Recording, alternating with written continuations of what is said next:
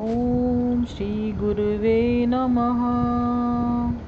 गुरुर्ब्रह्मा गुरुर्विष्णु गुरुर्देवो महेश्वर, गुरुर्साक्षात् परम ब्रह्म तस्मै श्री गुरुवे नमः।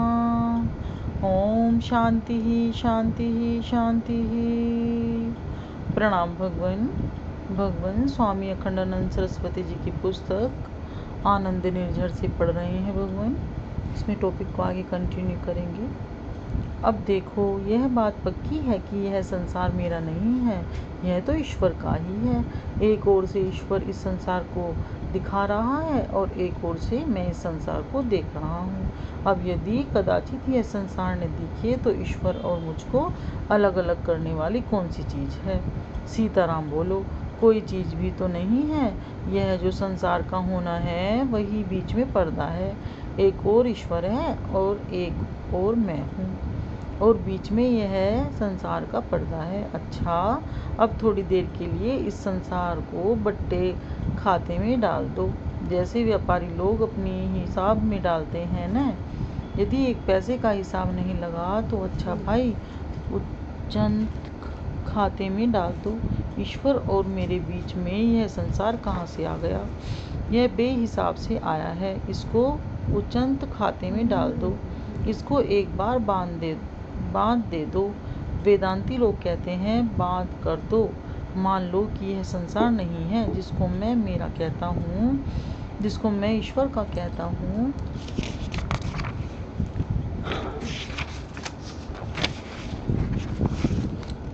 वह संसार नहीं है। मान लो मैं कहता हूँ कि यह संसार नाम की कोई चीज़ है ही नहीं भला। अच्छा, तब ईश्वर को और मुझको अलग अलग करने वाली क्या चीज़ है? जब तक ईश्वर के सिवाय दूसरी चीज़ नहीं होगी, जब तक मेरे सिवाय दूसरी चीज़ नहीं होगी, तब तक ईश्वर और मुझे अलग अलग करने वाली कोई चीज़ नहीं है। वस्तुतः एक अद्वितीय अखंड ब्रह्म तत्व है। आत्मा ही परमात्मा है। परमात्मा के सिवाय अन्य कोई वस्तु है ही नहीं। परमात्मा में सब है, सब में परमात्मा है। यह ज्ञान है, इसको जानो और अपने में मस्त रहो। नारायण, आप वह संगीत हैं जो सारी सृष्टि के कानों को स्वरों से भर सकता है। आप वह सुखद स्पर्श हैं जो सारी विश्व सृष्टि की त्वचाओं को तृप्त करता है। आप वह सौंदर्य हैं जिसकी ओर सब खिंचे हुए हैं। आप वह माधुर्य है जिसकी ओर सब मुग्ध है।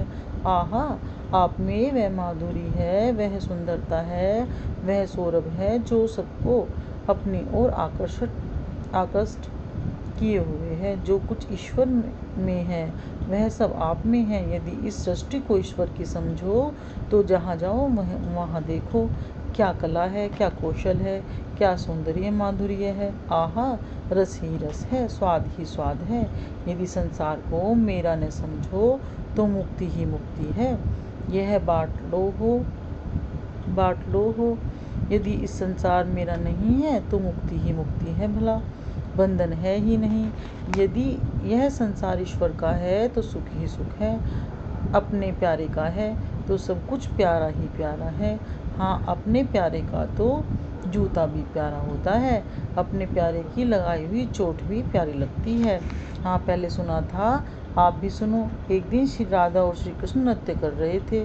सो महाराज, श्री राधा रानी को श्री कृष्ण का नाखून लग गया। अब राधा रानी तो बड़ी सुकुमार है, बड़ी सुकोमल है। हाँ, वह तो लगी है कली गुलाब की परियों गात खरोंच। श्री राधा रानी के शरीर में यदि गुलाब के फूल की पंखुड़ी भी लग जाए तो भी वह छिल जाता है। अब यहाँ तो श्री कृष्ण का नाखून लग गया। श्री कृष्ण ने राधा रानी की बाँह पकड़ी और देखा कि क्या हुआ। श्री कृष्ण ने कहा, राधे प्यारी जू, चिंता मत करना, 1-2 दिन में यह खरोच सूख जाएगी। श्री राधा रानी बोली, नहीं नहीं प्यारे, कुछ लगा ही नहीं है, कोई ख्याल मत करो। अब महाराज 2-4 महीने बीत गए। एक दिन श्री कृष्ण पुनः प्रेम से राधा रानी की बाँह पकड़कर नृत्य करने लगे। श्री राधा रानी के हाथ पर नाखून की खरोंच जो की त्यों ताज़ा देख करके आश्चर्य में भरकर श्री कृष्ण ने कहा, राधे 2-4 महीने बीत गए, अभी तक यह चोट अच्छी नहीं हुई। श्री राधा रानी मुस्कुराते हुए बोली, प्यारे, यह चोट अच्छी तो होती है, परंतु इस पर जो पपड़ी पड़ती है उसको मैं फिर से उतार कर फेंक देती हूँ। श्री कृष्ण ने पूछा, प्रिय तुम ऐसा क्यों करती हो? श्री राधा रानी ने प्रेम भरी रसीली चितवन से प्यारे की ओर देखते हुए कहा, क्योंकि इसमें तुम्हारी मधुर मधुर यादगार है। तुम्हारी सुखद स्मृतियों में सदा तरोताजा रखती हूँ। प्यारे जू देखो, अपना प्यारा जो नाखून लगा है, आपका प्यारा जो नाखून लगा देता है, दांत से काट लेता है, डांट फटकार देता है, अपमान तिरस्कार कर देता है, वह भी बहुत प्यारा होता है। जानते हो क्यों? क्योंकि उसमें अपने प्यारे की मधुरातिम मधुर स्मृतियाँ रहती हैं। प्यारे की लगाई चोट में भी प्यारे की याद रहती है, अतः वह चोट भी दुखदायी न होकर प्यारी सुखदायी स्मृति हो जाती है। इससे आगे कल भगवन। प्रणाम भगवन।